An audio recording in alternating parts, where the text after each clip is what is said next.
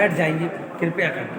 आशा के हृदय में कलश भर देती है, छोटी सी उम्मीद निराशा को भंग कर देती है। बड़ी मुद्दत से आते हैं अतिथि भगवान पर, हस्तियों के आने की खबर मन में उमड़ भर देती है। बहुत बहुत आभार।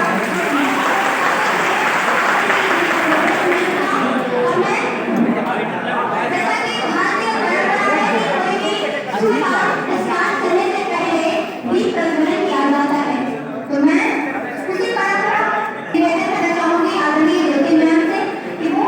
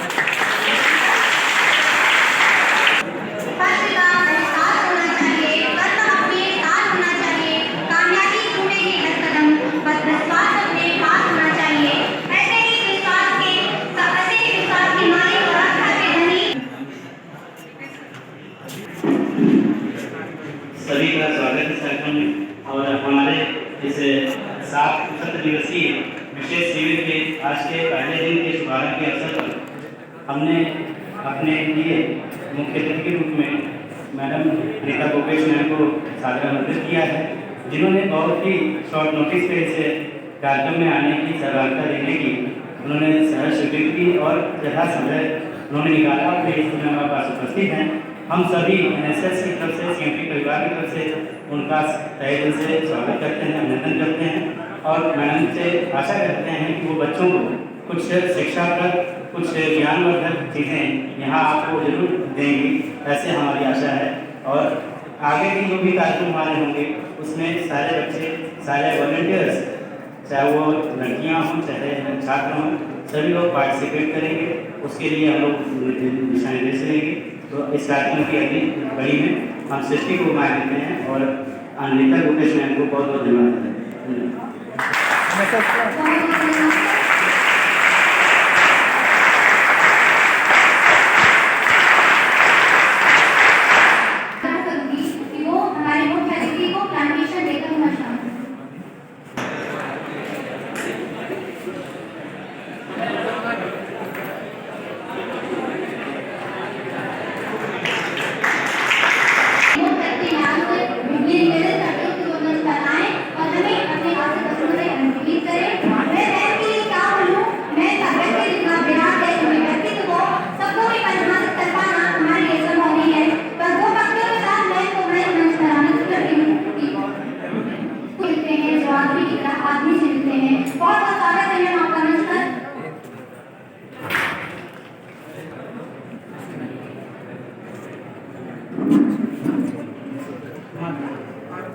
विषयों से विभिन्न स्तर पे शामिल आप सब छात्र छात्राएं,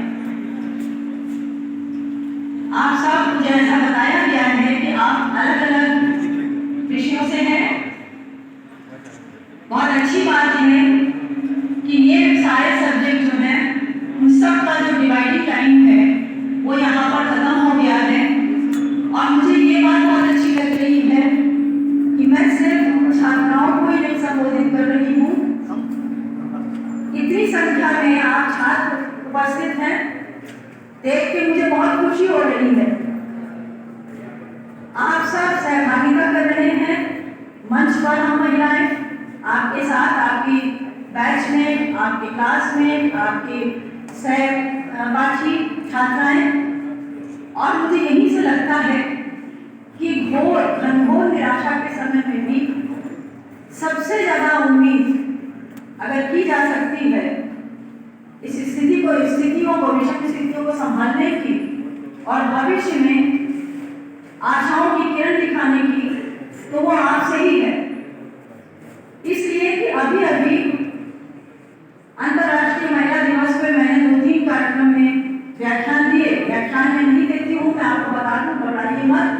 मैं भाषण नहीं देने वाली हूँ, मैं उपदेश नहीं देने वाली हूँ, मैं आपके दैनिक जीवन से निकलने वाली बातों को आपसे डिस्कस करने वाली हूँ।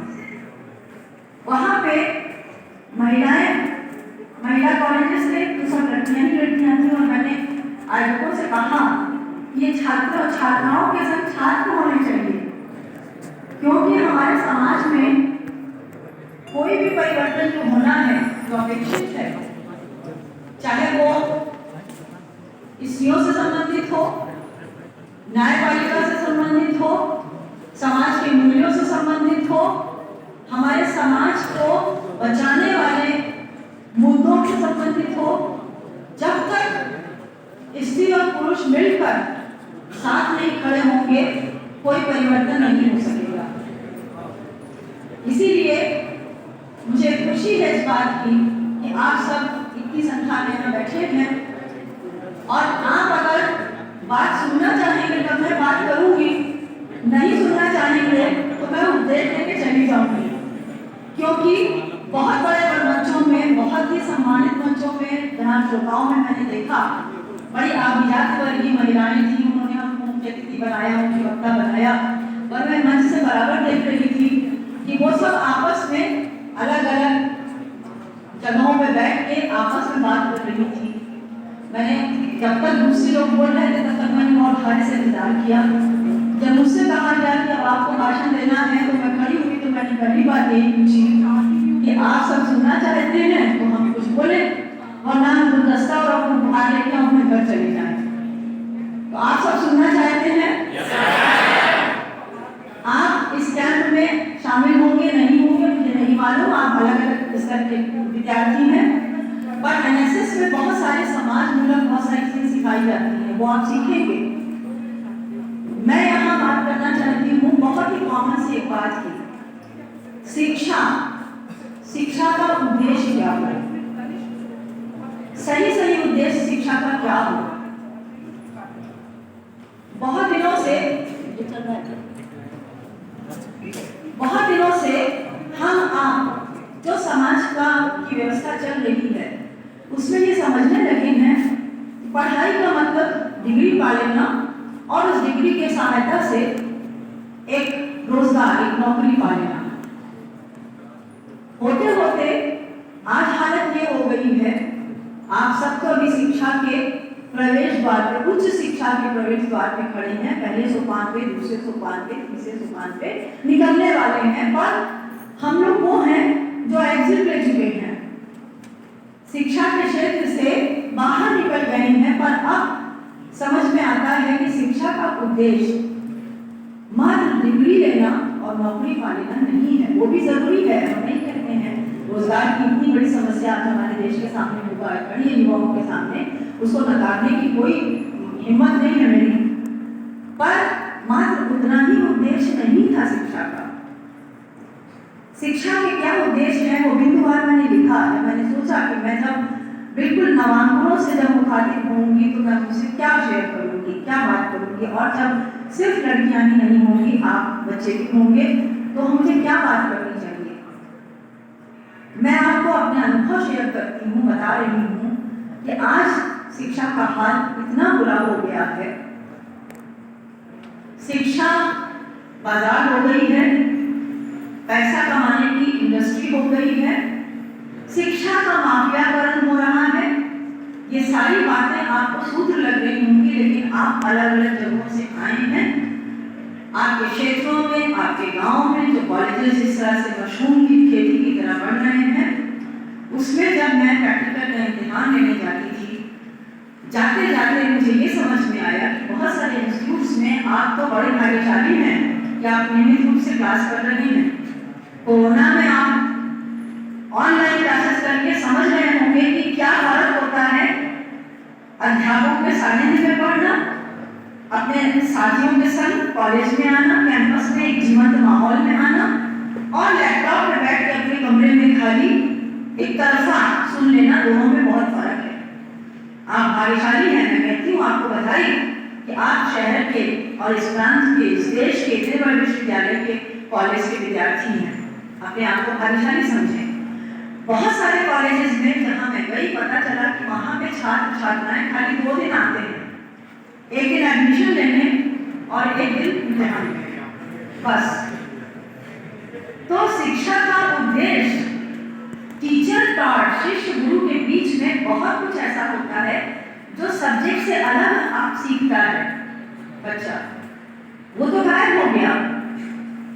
टीचर टॉट का रिलेशनशिप जो होता है, आपको बताऊं कि यूनिवर्सिटी, विश्वविद्यालय, आज इतने विश्वविद्यालय खुल गए हैं आपके देश में, आप गूगल में जाकर डाटा में देख सकते हैं, पर किसी समय जब विश्वविद्यालय का कंसेप्ट बना था, जब यूनिवर्सिटी बन रही थी आजाद हिंदुस्तान में, तो विश्वविद्यालय का कानून क्या होता था? विश्वविद्यालय शहर से दूर एक अलग खुली सी जगह में होती थी। दौड़ के सारे विश्वविद्यालय देख लीजिए, वो कैंपस होता था जो शहर से दूर होता था, हरियाली के बीच बीच होता था, पूरे कैंपस में खुलापन होता था, और उसमें आपके टाइम टेबल के हिसाब से कि आप क्लास हो या ना हो, क्लास होने थे, पर अध्यापक आपको उस प्रांगण में धड़कते हुए समझ की तरह छात्र छात्राएं चलते हुए दिखने चाहिए थे, और टीचर, अध्यापक हर समय उपलब्ध रहना चाहिए था। टीचर आपको खाली विषय ही नहीं सिखाता था, दरअसल वो जीवन जीने की कला सिखाता था, वो मूल्य सिखाता था जो जीवन को बेहतर बनाने के लिए बहुत जरूरी है। हमारे इलाहाबाद विश्वविद्यालय में भी ऐसा माहौल था। मेरे पिता विश्वविद्यालय में प्राचार्य रहे। वो अपने समय के अपने गुरुओं की बातें बताते थे, सुनाते थे, उनके किस्से हमने सुने हैं। फिर बंगले होते थे उनके बरामदों में, गरीब स्टूडेंट्स प्रायः अपना बिस्तर डाल के पड़े रहते थे, खाना भी खाते थे, पढ़ाई भी करते थे और गुरु की बात सुनते थे। जो उनसे मिलने आता था उनकी बातचीत सुन के वो IAS पीसी की तैयारी कर लिया करते थे। आपके शहर में इस उप महाद्वीप के सबसे बड़े शायर फिलोसोफर फिराकोलपुरी वो रहते थे। वो इंग्लिश के प्राध्यापक थे और मुझे मालूम है कि उनके यहाँ बड़े बड़े घरों के लोग अपने लड़कों को उनकी सेवा करने के लिए रख दिया करते थे कि आप सिर्फ उनकी बातें सुनोगे तो आप कॉम्पिटिशन के लिए तैयार हो जाओगे। वो शिक्षा, वो विश्वविद्यालय, वो प्रारूप आज गायब हो गया है। ज्यादातर जगहों पे पैसा दीजिए और डिग्री दीजिए, बताने की जरूरत नहीं है, बहुत कड़वी बातें नहीं करना चाहती हूँ। बहुत लोग आप जानते होंगे कि कितने पैसे में कितनी डिग्री कहाँ कहाँ मिल जाती है, खबर होगी। पर शिक्षा का जो मूल उद्देश्य था जीवन को बेहतर बनाना, वो टीचर न सिर्फ पढ़ा के सिखाता था, वो रोल मॉडल बनता था। बहुत सारे स्टूडेंट जब निकलते थे तो वो अपने आंखों में एक छाया लेकर जाते थे, छवि लेकर जाते थे कि मुझे इनकी तरह बनना है। तो अध्यापक का रोल बहुत बड़ा होता था क्योंकि वो छात्रों के लिए दिमाग में उनके एक रोल मॉडल बनता था कि हमको बहुत सारे स्टूडेंट्स आगे मिल जाएंगे तो अपने गुरुओं की नकल करते हैं कि मैं जान के नहीं करते हैं, अनजाने में करते हैं, मुझे उनकी तरह रहना है, मुझे उनकी तरह बातें करनी है, मुझे उनकी तरह अपने बच्चों को सपोर्ट करना है। कितने ही गुरुओं को मैं शहर में जानती हूँ जिनके यहाँ लड़के पढ़े रहते थे, खिचड़ी बनी खिचड़ी खाया, पढ़ाई किया, जब उन्होंने कहा बैठ जाओ हम पढ़ाएंगे, बैठ गया, पढ़ लिया, तब कोचिंग इंस्टीट्यूट नहीं रहते थे। तब इतनी कंपटीशन नहीं थी, इतनी मारामारी नहीं थी, इतनी प्रतिस्पर्धा नहीं थी, ये सब कुछ नहीं था। आज बहुत ही एक दूसरे से जुड़ी हुई सारी समस्याएं हैं। जब आप गहरे में जाइए उसमें तो आपको समझ में आता है कि हमारे देश की के जो अभिशाप हैं उसमें से बहुत बड़ा अभिशाप है गरीबी, अशिक्षा, ओवर पॉपुलेशन और भ्रष्टाचार। आप सबको जोड़ के देख सकते हैं। ओवर पॉपुलेशन इसलिए कंपटीशन बहुत है, गरीबी है इसलिए मारामारी बहुत है, भ्रष्टाचार इसलिए है कि एक भौतिकतावादी दुनिया का सपना सबके दिमाग में है। तो गांधी का जो सिद्धांत था कि जरूरत भर का तो नेचर के पास है पर दुरुपयोग करने के लिए नेचर के पास नहीं है, आप नेचर से उतना ही ले जितनी आपको जरूरत है, उससे ज्यादा हमारे वो नहीं है। आज अपनी आगे की कई पीढ़ियों तक के हमें जमा कर लेने का की मंशा है हमारी, न सिर्फ हम सही रहे, हमारे आगे की कई पीढ़ी जो है वो ठीक ठाक रहे। तो भ्रष्टाचार अपने आप जोड़ के देखिएगा, सूत्र आपको देखेंगे, ये चारों चीजें इंटररिलेटेड है। अशिक्षा, ओवर पॉपुलेशन, अज्ञान, ये जितनी बीमारी, जितनी चीजें आगे सब चेन बना हुआ है। एक विशेष सर्कल जिसको अंग्रेजी में कहते हैं, एक चक्र है, सब एक दूसरे से जुड़ा हुआ है। इसलिए आप जिस समय में हैं, जो समय मैं लड़कियों के लिए खासकर बोलती हूँ कि अच्छा भी है पर बहुत बुरा भी है, वो सभी पे अप्लाई होता है कि एक ही समय में हम कई समय जी रहे हैं। हम बहुत अच्छे भी हैं, अच्छा समय भी है और हम बहुत बुरे समय में भी हैं, बहुत भीषण समय भी है। और मैं ये मानती हूँ कि ये समय है जिसमें आप हैं वो बहुत कठिन समय है। ऐसे में आपके हाथों में है कि आप न सिर्फ ये सोचें कि हम अगली पीढ़ी को के लिए संपदा कितनी सोच छोड़ेंगे, आप ये भी सोचें कि हम अगली पीढ़ी के लिए क्या मूल्य छोड़ के जाएंगे, कौन सी दुनिया छोड़ के जाएंगे, कौन से संसाधन छोड़ के जाएंगे, क्या उनके लिए पानी बचेगा, क्या उनके लिए हरियाली बचेगी, क्या उनके लिए जगह बचेगी। ये सारी चीजें जो आप पढ़ रहे हैं उस विषय की पढ़ाई के संग संग इन सब चीजों के बारे में अगर आप नहीं सोचते हैं तो मैं समझती हूँ व्यक्तिगत रूप से शिक्षा का जो सही उद्देश्य है वो हमसे छूट जाता है। इसलिए शिक्षा के उद्देश्य बिंदुवार मैं आपके सामने स्पष्ट करना चाहती हूँ, कहने को बहुत बातें हैं पर मैं ये जानती हूँ कि आपको सोचना चाहिए। इसलिए मैं सोचने की विधि देती हूँ। क्यों? कोई भी आंदोलन, दुनिया का कोई भी बड़ा काम, आज इसमें विमर्श में इतना काम जो हुआ है, आज इसमें किसी अगर बैठक हुई है तो कैसे हुई है? हमसे बहुत पहले बहुत सारी औरतों ने, मर्दों ने, न सिर्फ औरतों ने, ये काम किया नहीं, स्त्रियों के लिए फाइट किया। बहुत सारे संवेदनशील पुरुषों ने सोचा, वो सबसे पहले दिमाग में आया, फिर संगठित हुए लोग, एक तरह की सोच के लोग संगठित हुए, फिर आंदोलन खड़े हुए, फिर परिवर्तन होते रहे संविधान में, कानून में, सोच में, समाज में। परिवर्तन सबसे पहले ये एक सूत्र है यहाँ होता है ना? सबसे पहले पढ़ने की पहली शर्त है तर्क करना, चीजों को चिंतन मनन करना, तब लोग वो सही सोचने वाले और ढूंढ के सही लोगों को जोड़ना। और बच्चों, कोई भी परिवर्तन, कोई भी चेंज एक अकेला इंसान नहीं कर सकता, उसमें सामाजिकता की जरूरत होती है, समूह की जरूरत होती है, एक अकेला आदमी नहीं कर सकता है। यहाँ पर ज्योति मैम आपकी जो बैठी हुई है वो हमारी स्टूडेंट रही हैं, और फिशरीज में जो नहीं पढ़ा है जिन लोगों ने, फिशरीज में मछलियों का एक बिहेवियर होता है जो बहुत अनयूजुअल है, जो खाली मछलियों में होता है, उसको शोलिंग बिहेवियर कहते हैं, SHOALING, शोल। एक जाति की, एक उम्र की, एक प्रजाति की मछलियों का करोड़ों का समूह जब एक साथ चलता है तो उसको शोल कहते हैं। वो बच्चियां जब जुवेनाइल होती हैं तो स्कूलिंग कहते हैं, जैसे बच्चे पढ़ते हैं स्कूल में तो स्कूल होता है, उसको स्कूलिंग कहते हैं, और जब बड़ी होती हैं तो उसको शोल कहते हैं। वो शोलिंग बिहेवियर, पर्पस उसका क्या है? ये मैं पढ़ाती हूँ कि शोलिंग बिहेवियर मछलियों में होता है, क्यों होता है? उसका संबंध रिलेशन से है, शिकार से है। छोटी मछलियां उनको बड़ी मछली समुद्र में खा लेती हैं, ज्यादातर ही समुद्री मछलियों में होता है।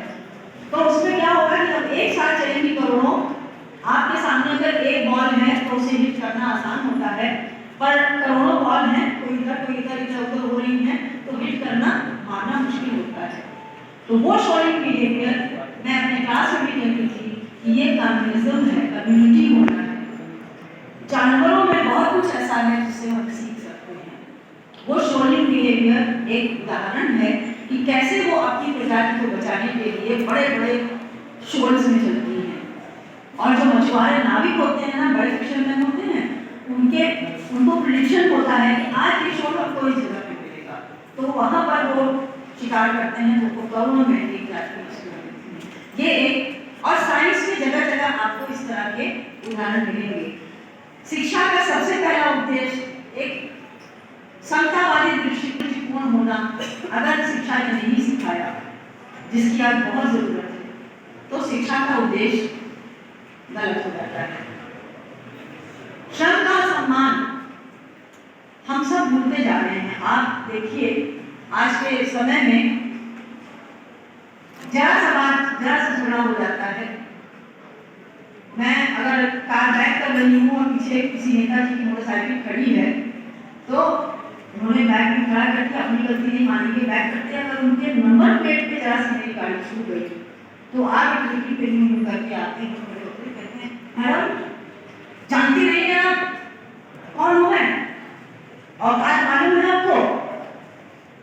छूटते ही ये एक व्यक्तिगत इंस्टेंस है, पर हर कहीं गरीब आदमी, रिक्शे वाला, मजदूर, कोई सड़क पे झगड़ा हो जाए, सबसे पहले जानते नहीं मैं कौन हूँ, मेरी औकात नहीं मालूम है तुमको, औकात बता देते।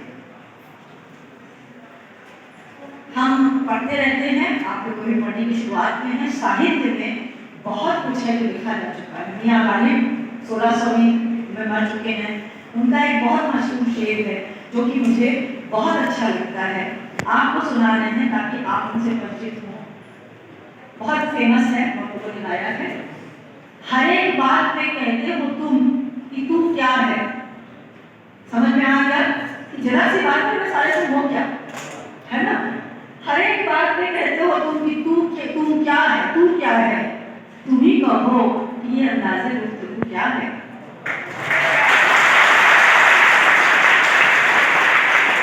अगर वाली पूछ रहे हैं, हर बात पे कहते हो कि तुम क्या हो, ये बात करने का कौन सा बड़ा तरीका है भाई। हम पढ़ते नहीं हैं और आपकी पीढ़ी में बड़ी मुश्किल ये है कि आप तो कोचिंग और अपने सब्जेक्ट से फुर्सत नहीं पा पाते हैं, चाहते किताब में से बाँचेंगे नहीं। ये मैं ये रहती हूँ कि जब मेरा टाइम वेस्ट होगा, मुझे कहीं वेट करना होगा, तो मैं इसके 10-15 पेज पढ़ने पड़ डालूंगी। ये मेरी पेन लगी हुई है, मैंने यहाँ तक पढ़ा है, इसके आगे अंडरलाइन किया हुआ है, अंडरलाइन करके रखा हुआ है। मैं तो पढ़ा चुकी, मैं प्रोफेसरी से रिटायर हो गई, मुझे पेंशन मिल रहा है, मुझे सब कुछ हो गया है, मैं क्यों पढ़ती हूँ? मुझे क्या जरूरत है पढ़ने की? और मैं जितना पढ़ती हूँ उतना मुझे लगता है कि मैं बहुत कम जानती हूँ। मुझे बहुत जानने की जरूरत है। बहुत कहानी लोगों ने महाभारत में, वेद में, मुझे लगता है मैंने संस्कृत नहीं पढ़ा था, नहीं जब बात हो गई तो मैंने संस्कृत नहीं पढ़ी। इतना दुर्भाग्य है मेरा कि मैं महाभारत नहीं पढ़ सकती। एक संस्कृत के विद्वान कल महाभारत सुना रहे थे श्लोक, क्या बढ़िया बढ़िया बातें व्यास ने आखिर में क्या कहा, 4 बातें उन्होंने महाभारत के बाद जो कही वो बता रहे थे। तब मुझे लगा कि देखो मैंने संस्कृत बिल्कुल नहीं पढ़ा, कितने दुख की बात है। हमने उर्दू नहीं पढ़ा, मुझे दुख होता है। तो ऐसे ही मुझे बहुत दुख होता है कि आपकी पीढ़ी के बच्चे पढ़ते नहीं हैं। गूगल, इंटरनेट, उसमें ब्रीफ इंफॉर्मेशन, बिल्कुल टू द पॉइंट इंफॉर्मेशन दी रहती है, पर उन पंक्तियों के बीच बिटवीन द लाइंस जो कहता है लिखने वाला, कहने वाला, वो बिटवीन द लाइंस वो आपके उनके बीच है। हर आदमी जिस किताब को पढ़ता है वो अपने ढंग से इंटरप्रेट करता है, तो वो लेखक को जगह छोड़ देता है कि पाठक को छूट है, वो अपने तरह से सोचे हमारे लिखे हुए को, तो वो बिटवीन द लाइंस जो है वो आपको सोचने को मजबूर करता है, तब आप सोचते हैं और तब आपका विकास होता है। तो ये बीच बिटवीन द लाइंस वो आपको गूगल नहीं देगा, इंटरनेट देगा, वो आपको इंफॉर्मेशन देगा, वो ज्ञान नहीं देगा। आप समोट कर लीजिए कि इंटेलिजेंस में और विजडम में फर्क होता है। आप बहुत इंटेलिजेंट हो सकते हैं और आप वाइज हैं कि नहीं ये पूछना पड़ेगा, समझना पड़ेगा। बुद्धिमान होना और विवेकी होना, विजडम विवेक होना, चीजों को सही पर्सपेक्टिव में देखने का विवेक होना, वो अगर नहीं है तो आप पूरे सूखा सूखा आप ज्ञान जानते हैं। और विजडम जीवन को रसमय बनाता है, दूसरे के प्रति संवेदनशील बनाता है। आपको मुझे लगता है वैज्ञानिक सोच डेवलप होना बहुत जरूरी होता है। वैज्ञानिक सोच होनी चाहिए आपकी। वैज्ञानिक सोच होने का मतलब कि आपको अंधविश्वास से मुक्ति होनी चाहिए। आप जो चीज तर्क से सोचे, विज्ञान के पैमाने पे कस के देखें और जो सही लगता है वो माने, जो नहीं लगता है उसको नहीं माने। हमारे समाज में इतना अंधविश्वास है और खासकर महिलाओं में तो इतना ज्यादा है, उसको खत्म करने में भी आप पुरुषों को मदद करनी पड़ेगी। मैं देखती हूँ हर 2 साल में कोई एक माई निकल आती है, गुरगुरैया माई आजकल निकल आई है, कुछ साल पहले संतोषी माता निकल आई थी। धर्म के खिलाफ नहीं बोल रही हूँ, ईश्वर एक है और वो सब धर्म में एक है। आप अगर उसका स्वरूप कल्पना नहीं कर सकते हैं तो आप मूर्ति बना लीजिए। आप स्वरूप की कल्पना कर सकते हैं तो आप ऐसे ही हवा में हाथ जोड़ लीजिए। ईश्वर की मुखालफत नहीं, पर ईश्वर के ये जो रूप जो इंसान को गुलाम बनाते हैं, विश्वासी बनाते हैं। हमारे यहाँ आज भी स्मॉल पॉक्स, चेचक, खसरा जो होता है, और मैं गरीब बेपढ़ी औरतों की बात नहीं करती। मैं जब महिलाओं की बात करती हूँ तो मैं पढ़ी लिखी महिलाओं की बात करती हूँ। शिक्षित महिलाएं जब कहती हैं देवी आ गई है, अलोपीबाग जाना है पूजा करने के लिए, और ये आज भी आप देखते हैं चौराहे पे जो नींबू और माला और वो सब डाल दिया जाता है। साइंस पढ़ के वायरस पता है, मालूम है किससे होता है, उसके बाद में आप डरते हैं, डर के मारे करते हैं, तो डर को जीतिए ना। मेरा व्यक्तिगत अनुभव मैं बता रही हूँ, संस्कार होते हैं, बचपन से सिखाया गया बेटी रास्ता काट ली। मैं गाड़ी लेके चली, जैसे ही घर से चली एक बिल्ली गाड़ी रास्ता काट ली, तो मुझे कायदे से गाड़ी मोड़ लेना चाहिए था, पर नहीं। मेरा अप्रोच ये है, मैंने ब्रेक लगाया, रोका, एक सेकंड सोचा, मैंने कहा आज हम बहुत संभाल के गाड़ी चलाएंगे। कुछ भी हो जाए। और मैंने दिन भर गाड़ी चलाई, कुछ नहीं हुआ, वहम खत्म हो गया। ये सारी चीजें उस जमाने में चलती थी जब गाड़ियां नहीं थी, जब घर से औरतें नहीं करती थी, जब पुरुष इतने हम गांव से शहर नहीं आते थे। ये सारी किंवदंतियां उन समय के हिसाब से म्यूजियम के संग्रहालय में रख दीजिए, ऐसा माना जाता था। जैसे बहुत सारी चीजें जो समय की वो कोई संग्रहालय में रख दी गई है, संग्रहालय में रखने की चीजें हैं। बहुत सारे रस्म रिवाज रिडंडेंट हो गए हैं, पर हम करते रहते हैं, उसका कोई फर्क ही नहीं है, हम कर रहे हैं। तो आजकल खास समय सुनते हैं और पढ़ी लिखी महिलाएं हमारे गुजरिया खाने जा रही हैं, अब वही गुजरिया माई को मार रही है, लेने जा रही है जहाँ पुरुष को पहले जाना निषिद्ध था, चार लाख कर देते हैं। क्या चीज फर्क थी? औकात, गरीब है, दलित है, इसलिए आपकी हिम्मत भी आपके ऊपर हाथ उठाने की। बच्चों आप लोग पढ़ के जाओ तो मेरी ये बात मान के जाओ, किसी के ऊपर हाथ उठाने का अधिकार आपके पास नहीं है। भैया बाबू करके भी कोई बात करे, भैया नहीं करोगे। और मैंने बहुत जीवन में सीखा है, मेरे भाई साहब, बहुत सारे लोग सामने गाड़ी पे कोई आके अबे मिठाई नहीं बढ़ता है, मरने का नहीं क्या। हमारे भाई साहब गाड़ी चलाते हैं बनारस में, वो सामने आ जाता है तो पूरे घर बोलते भैया बाबू चल जाए मम्मू का, वो हंस के चला जाता है। जो आदमी सामने होता है उसका अम्यूजमेंट हो जाता है, वो शीशा उतारते हैं इसी गाड़ी से, कहते हैं भाई साहब, बड़े भाई रास्ता छोड़ दो तो हम चले जाएंगे। इतना अच्छा लगा हमको, हमने नहीं बोला था, हम किसी के संग जा रहे थे, उन्होंने जगह जगह पे जाम हो गया, गाड़ी भैया हाथ लगाएगा, गाड़ी कैसे पड़ी तुम्हारा, और जरूरत पड़ी तो उतर गए, रिक्शे वाला नहीं खींच पा रहा तो उतर गए, गाड़ी होने किनारे पे धक्का दिया, बस हो गया बाबू, चल जाता भैया, हम चल गए।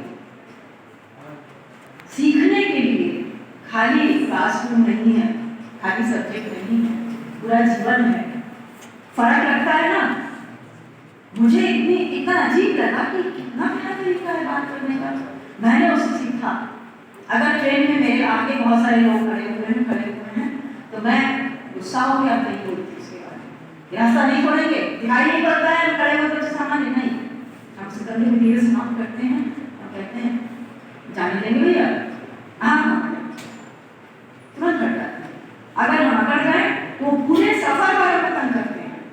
आप जैसे लड़के अगर हम किसी से कह दें आप समझ सकते हैं पूरी रात को हमारा चप्पल उठा ले जाएंगे, या हमें चुटकी काट लेंगे, या हमारे ऊपर की गिरा देंगे। वो रास्ते पर दोस्त बन जाते हैं, चाय लेने उठे, मैडम आपके लिए चाय ले लो भैया। ये जीवन में ये एटीट्यूड ये गांधी कहते थे, हमारे गांधी बाबा सिखा गए हैं और हमने बुला दिया है। इतने आक्रामक हो गए हैं, इतने अधैर्य हो गए हैं, इतने ज़्यादा वर्चस्ववादी हो गए हैं, हर समय औकात का उसी का झमेला पूरी दुनिया में चल रहा है, जो युद्ध चल रहा है उसी का हिसाब किताब है। चौथी बात है कि आप जब शिक्षित हो तो सिर्फ खासकर लड़कियों से बात कर रही है कि सिर्फ अधिकार नहीं, एक सिक्के के दो पहलू हैं, अधिकार और कर्तव्य। सिर्फ अधिकार की मांग नहीं करें, आप ये भी समझें कि हमारा कर्तव्य क्या क्या है। बहुत जरूरी है समझना कि अधिकार तो सारे मांग लेंगे और करना करेंगे कुछ नहीं। समाज से आप जो ले रहे हैं, आपने समाज को देने का सोचा, आप ये सोचते हैं कि मेरा अधिकार हमको मिलना चाहिए, पर दूसरे को क्या क्या मिलना चाहिए वो कभी सोचा हम क्या दे सकते हैं किसी को। और इसी जगह पे मैं कहना चाहती हूँ कि हम स्त्रियाँ सोच के देखें, लड़कियाँ, कि हम स्त्रियाँ पुरुषों में जिन प्रवृत्तियों की मुखालफत कर रहे थे, जिससे लड़ने के लिए हम लोगों ने पूरी लड़ाई लड़ी है, हम समता की लड़ाई में उसकी कॉपी होते जा रहे हैं। वही वर्चस्व, वही दबंगई, प्यार ना करना, किसी की केयर ना करना,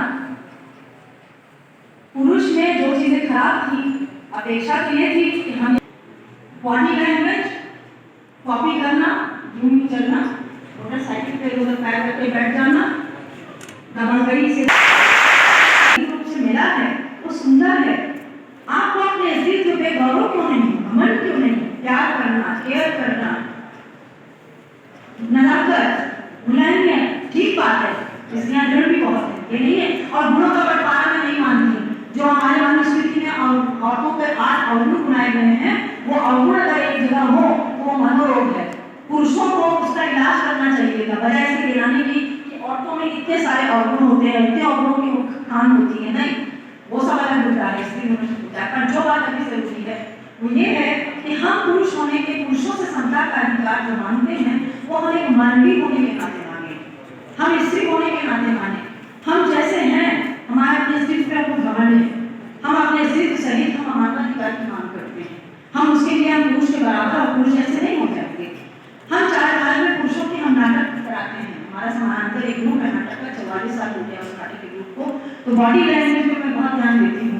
बॉडी लैंग्वेज आप पुरुषों की कॉपी कर लीजिए, पुरुष आप हो नहीं सकते क्योंकि नैसर्गिक रूप से आप भगवान ने आपको बनाया है स्त्री, और स्त्री आप रह नहीं जाएंगी, तो बीच का कुछ विद्रूप बन जाती है जो कि आकर्षक नहीं लगती किसी भी तरह। ये बात मैंने कही थी कि लड़कों को बहुत एम्यूजमेंट होगा, पर ये एम्यूजमेंट की बात बिल्कुल नहीं है।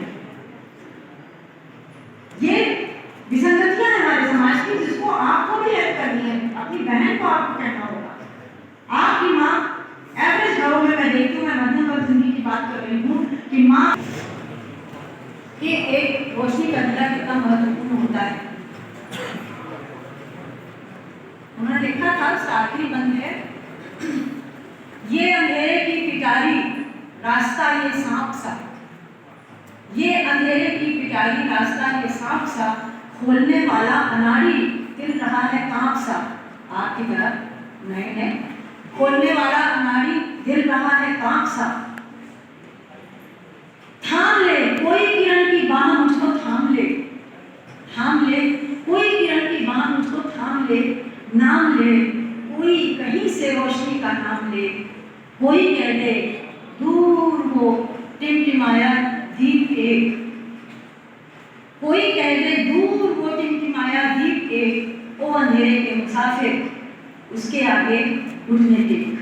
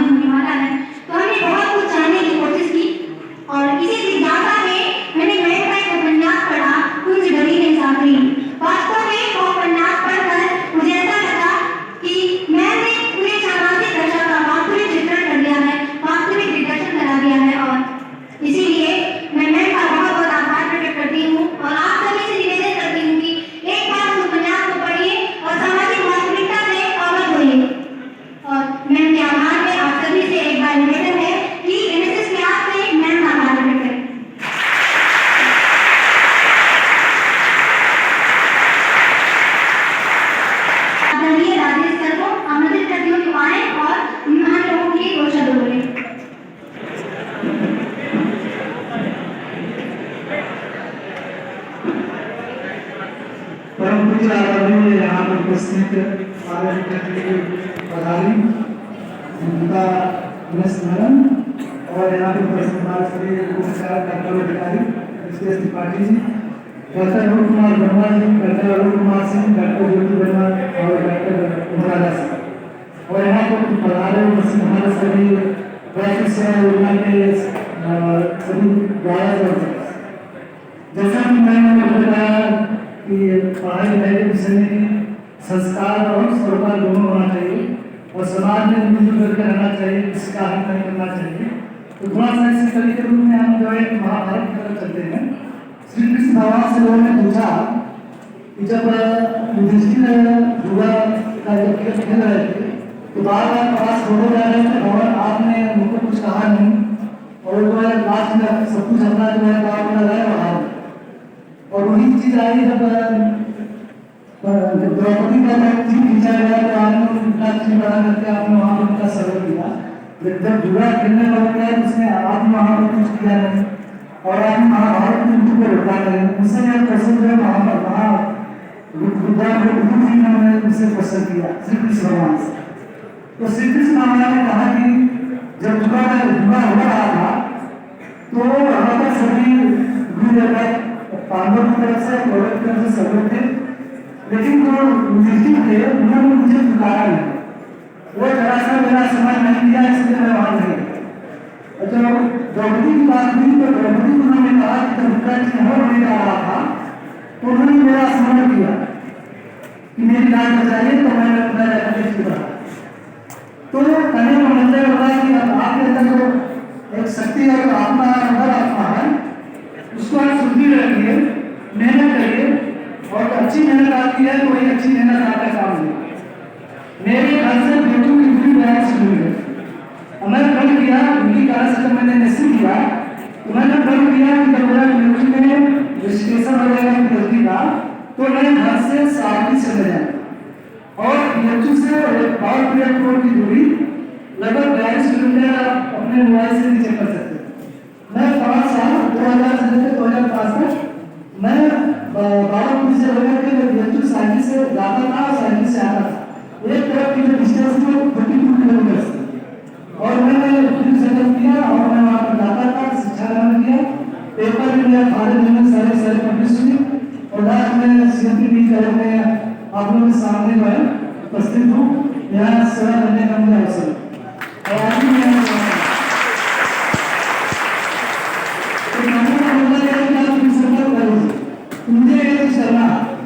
डॉक्टर बनना है, इंजीनियर बनना है, इंजीनियर बनना है, प्रोफेसर बनना है, लीडर बनना है।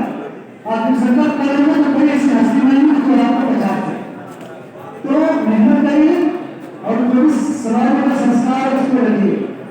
आप संस्कारित बनिए, विश्वास के पात्र बनिए, आपके अंदर विश्वास आए तो आप सब कुछ कर सकते हैं। हमारे गुरु मेरा कोई मान नहीं होते। प्रोफेसर मैंने रिसर्च किया बनारस यूनिवर्सिटी में फिजिक्स डिपार्टमेंट में, वो मुझे भैया करके बुलाते। तो मैंने एक सर से बोला कि सर आप भैया को करते हैं, मेरा नाम लेकर बुलाया। कहा भैया सर ठीक है, आपका यह भी सरस है कि मैं नाम नहीं लेता, मुझे लेने का मन ही नहीं। तो जहाँ मुझे वैसे भी मैं आता था तो बुलाते थे कि 8 बजे चंद्र में आना तो मैं 8 बजे चंद्र में पहुँच जाता। तो कहने का मतलब टाइम का पूछना नहीं, जब आपको बुलाया जाता है टाइम कराइए, पढ़ने का समय 9 बजे से क्लास है तो 9 बजे क्लास में जाइए और डिसिप्लिन रहिए। आपके अंदर संस्कार है तो आप अवश्य अच्छा बनेंगे, इसमें कोई बुरा नहीं। मैं मंच पर आमंत्रित करना चाहूंगी आदरणीय अनुपमा वर्मा को, वो आए और हमें अपनी अमृतवाणी संचित करें। स्वागत है सर।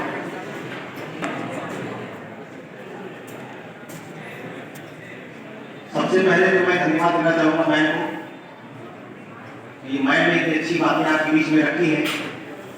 मुझे लगता है बहुत कुछ कहने के लिए मैंने छोड़ा ही नहीं। इतना अच्छा व्याख्यान तो नहीं है, इतना अच्छा ज्ञान वर्धन अंततः मैम ने किया है, लेकिन फिर भी ये NSS का विशेष शिविर उसका उद्घाटन सत्र है तो मैं NSS पर थोड़ा जो बात करूंगा। जैसा कि हम सभी जानते हैं कि आज CMP महाविद्यालय की राष्ट्रीय सेवा योजना इकाई की 7वीं इकाई का विशेष शिविर आरंभ हो रहा है और इस विशेष शिविर में काफी बच्चे हैं जो पहली बार प्रतिभाग कर रहे होंगे। जैसा कि आप जानते हैं कि ये शिविर 7 दिन होता है और शिविर में हम अपनी मलिन मस्तिष्क एरिया में जाके वहाँ श्रमदान करते हैं और इस सामाजिक बुराई, स्वच्छता, शिक्षा को लेकर के हम कई प्रकार के जागरूकता कार्यक्रम भी संचालित करते हैं। कई छात्रों के मन में प्रश्न होगा कि राष्ट्रीय सेवा योजना क्या है। कई लोग पूछते हैं क्योंकि पिछला सत्र कोविड में हम लोगों ने बिता दिया, उसमें हम कोई कार्यक्रम नहीं कर पाए, हम आपसे इंटरेक्ट नहीं हो पाए। तो जैसा कि आप जानते हैं राष्ट्रीय सेवा योजना जिसकी स्थापना 1969 को गांधी जी की जन्म शताब्दी वर्ष में किया गया था। यह भारत सरकार युवा एवं खेल मंत्रालय का एक कार्यक्रम है, एक केंद्रीय योजना है। इसका मुख्य उद्देश्य है छात्रों को पढ़ाई के साथ साथ सामुदायिक सेवा से संबंधित कार्यों से जोड़कर उनके व्यक्तित्व का विकास करना। मैंने व्यक्तित्व के बारे में बहुत बातें करी, बहुत अच्छी बातें बताई है। यह आपका व्यवहार, आपका जो बिहेवियर है, आपका उठना बैठना, वो आपकी शिक्षा, आपके संस्कार को परिलक्षित करता है। आप कैसे बात करते हैं, आप अनुशासित है कि नहीं है, आप किसका सम्मान करते हैं, ये सारी चीजें आपके संस्कारों से तय होती हैं। तो राष्ट्रीय सेवा योजना वास्तव में एक ऐसा कार्यक्रम है जिसके माध्यम से हम सामुदायिक कार्यों में जुड़ते हैं और सामुदायिक कार्यों में जुड़ करके, गतिविधियों में जुड़ करके न केवल अपने व्यक्तित्व का विकास करते हैं, बल्कि साथ साथ समाज में भी हम जन जागरण का काम करते हैं। सामाजिक समस्याओं के प्रति हम जागरूक करते हैं, हम श्रमदान करते हैं, झाड़ू लगाते हैं, सफाई करते हैं। ये सिंबॉलिक रहता है, एक सांकेतिक रहता है। हम श्रम में जा करके जागरूकता कार्यक्रम चलाते हैं। तो साथियों, एनएसएस केवल लेक्चर का काम नहीं है जहाँ हम लोग बैठ करके हम हमारी बातें आप सुन रहे हैं, मैम ने काफी चीजें बताई उसको भी आप सुन रहे हैं, बात नहीं है। लेकिन एनएसएस इसके बाहर बहुत कुछ है। राष्ट्रीय सेवा योजना वास्तव में इस क्लासरूम के बाहर बहुत कुछ है। आपने देखा होगा जितने भी यूपीएससी एस्पिरेंट होते हैं उनमें बहुत सारे बच्चे ऐसे होते हैं इन योजना जुड़ करके अपने व्यक्तित्व का विकास करते हैं। ये एनएसएस न केवल आपका ज्ञानवर्धन करता है बल्कि आप में लीडरशिप कैपेबिलिटी को भी डेवलप करता है। आप देख रहे हैं बच्चे ये कार्यक्रम को लीड कर रहे हैं, ये बच्ची संचालन कर रही है, इसको किसी ने ट्रेनिंग नहीं दिया है, या बच्चे जो कार्यक्रम संचालन में सहयोग कर रहे हैं इनको किसी ने ट्रेनिंग नहीं दिया है। ये बच्चे स्वतः एनएसएस उनको अवसर देता है और उन अवसर का प्रयोग करके बच्चे अपने व्यक्तित्व का विकास करते हैं, अपने में नेतृत्व की क्षमता विकसित करते हैं, अपने भाषण कला विकसित करते हैं। तो राष्ट्रीय सेवा योजना न केवल आप एक ज्ञान का वर्धन करता है, अपने ज्ञानवर्धन करता है, बल्कि साथ ही साथ आपके व्यक्तित्व का संपूर्ण विकास करता है। हम लोग जब बात करते हैं एनएसएस कैंप की, तो एनएसएस का कैंप वास्तव में दिन और रात दोनों होता है। जब हम विशेष शिविर की बात करते हैं, ये तो हमने केवल काम चलने वाला करा दिया कि दिवसीय कार्यक्रम होता है। होता क्या है कि हम लोग 10 से 12-15 किलोमीटर दूर जाते हैं, उसके बाद पूरे 7 दिन वहाँ रहकर कार्य करते हैं, फिर 7वें दिन वहाँ से वापस आते हैं। और जब कैंप समाप्त होता है बच्चे आपस में गले मिलकर रोने लगते हैं। अब ऐसा अवसर हमको नहीं मिलता है, यहाँ पर ऐसी परिस्थितियाँ नहीं, ऐसा माहौल नहीं है कि हम ऐसे कार्यक्रम का आयोजन करें। लेकिन वास्तव में वैसे पहले मुझे लगता है 8 वर्ष हो गए मुझे कार्यक्रम अधिकारी के रूप में कार्य करते हुए। तो हम लोग कैंप दिन रात का आयोजन करते थे, वहाँ जिस दिन कार्यक्रम समाप्त हो जाता था बच्चे गले में तो रोते थे कि कैसे हमने 7 दिन 6 दिन एक साथ मिलकर बिताए, साथ में सफाई की, साथ में खाना बनाया, साथ में खाना खाया, साथ में झाड़ू लगाया, साथ में कार्यक्रम किए। तो साथियों विशेष शिविर का आप आनंद लीजिए, जो कुछ आपको बताया जाता है उसको मन से सीखिए और जीवन में उतारिए। इस कार्यक्रम का जितना आप लाभ लेना चाहेंगे उतना लाभ आपको मिलेगा। ये केवल आपको सर्टिफिकेट प्रोवाइड नहीं करता है, बल्कि आपके व्यक्तित्व के विकास का एक माध्यम बनता है। आशा करते हैं कि समापन शिविर के समापन तक आप इस शिविर के माध्यम से, विभिन्न कार्यक्रमों के माध्यम से बहुत कुछ सीखेंगे, ज्ञानवर्धन करेंगे। बहुत बहुत धन्यवाद।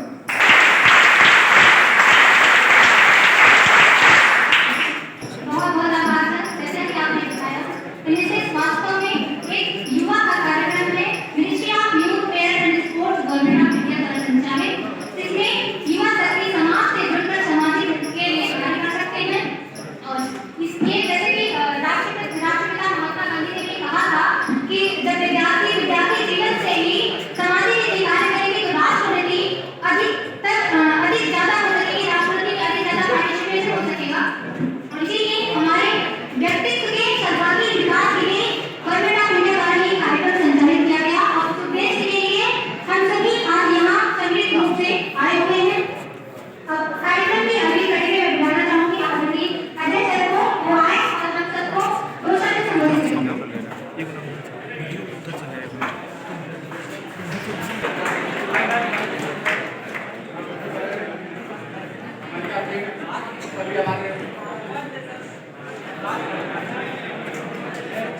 सबसे पहले मंच का मेन हमारे मित्र, हमारे सहयोगी और मैडम नीता कुबेर जी, उसके बाद आप सभी बच्चे, ये हर दौर में ऐसा देखने को आता है कि हमारे बड़े बुजुर्ग कहते हैं कि ये ट्रांजिशन पीरियड है और ये युद्ध का पीरियड है, लड़ाई का पीरियड है।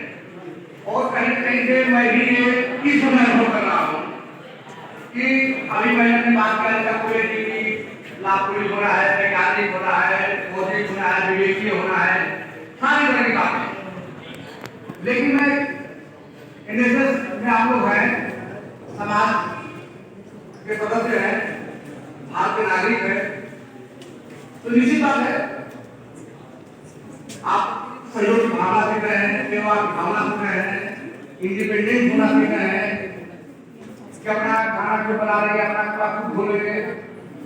कभी कभी हम लोग भी निकाले इंटरमीडिएट पास किए जो हॉस्टल में रहते थे, तो ग्रेजुएशन लेवल पर, पोस्ट ग्रेजुएशन लेवल पर इंटरेस्ट लेवल के बच्चे आते थे, क्योंकि माँ बाप आते थे बोतल में पानी लेकर के और बैग लेकर के आगे हुए और बच्चा इंटरेस्ट ले रहे, हम लोग को आते थे पेट में बल पड़ जाता है। ऐसे बच्चे भी हैं जो पीजी का इंटरेस्ट लेना है माँ बाप को लेकर के, और एक आप हो गए मिडिल पास करके हम लोग दो बार पकड़ के 2.5 किलोमीटर 2 किलोमीटर की यात्रा कर लेते थे। तो आप समझिए पढ़ाई जरूरी है, लेकिन पढ़ाई के अलावा बहुत चीजें जरूरी है और सेल्फ डिपेंडेंट होना बहुत जरूरी है।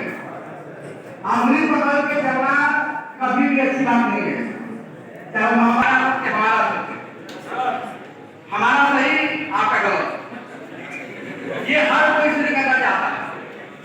हम आपके पास जो प्रमाण है कि आप हर को अनुभव करिए, तब मानिए, और कुछ चीजें जीवन छोटी अनुभव करने के लिए कुछ चीजें माननी ही पड़ेगी, पूरा भी करेंगे। दिक्कत है कि कौन बात माननी है, कौन बात सत्य सिद्ध है और कौन बात शोषण के लिए बनी है, उसमें छानना, उसमें सावधान होना बहुत जरूरी है।